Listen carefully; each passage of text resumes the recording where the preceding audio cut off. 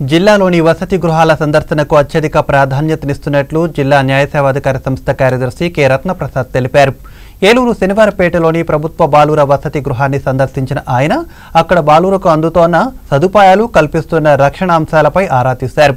ఈ సందర్భంగా రత్నప్రసాద్ మాట్లాడుతూ జిల్లాలోని వసతి గృహాలను ప్రతి నెల తనిఖీ చేయాల్సిన ఆవశ్యకత ఉందని అన్నారు.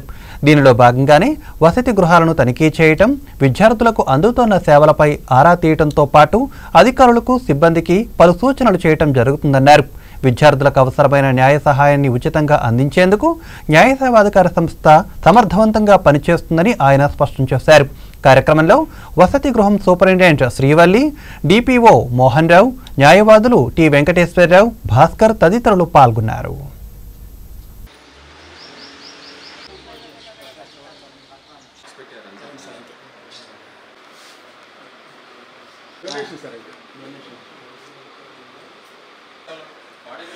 మనకి సార్ మన ఇక్కడ తోటలో సార్ ఇది ఇక్కడ మనం వేసిన తోటలో ఇది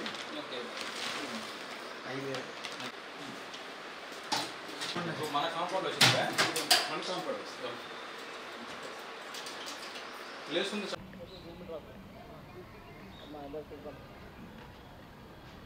హైకోర్టు వారు గౌరవ AP state legal services authority వారు వాళ్ళ ఆదేశాల మేరకు ప్రతి నెల విజిట్ చేయడం జరుగుతుంది అబ్జర్వేషన్ హోము.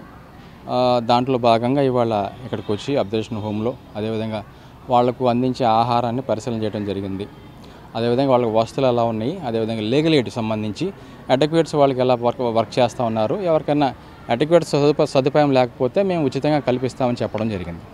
ఇవాళ అబ్జర్వేషన్ హోమ్లో ఉన్న పిల్లలతో సంభాషణ జరిపాము. వాళ్ళకు ఉన్న న్యాయవాదులు వాళ్ళకి బెయిల్ అప్లికేషన్ వేశారా లేదా కనుక్కోవడం జరిగింది. అదేవిధంగా బెయిల్ అప్లికేషన్ వేసిన తర్వాత కొంతమంది పెట్టుకోలేని పరిస్థితుల్లో ఉన్నారు, షూరిటీల అమౌంట్లు, అది కూడా పరిశీలన చేయడం జరుగుతూ ఉంది.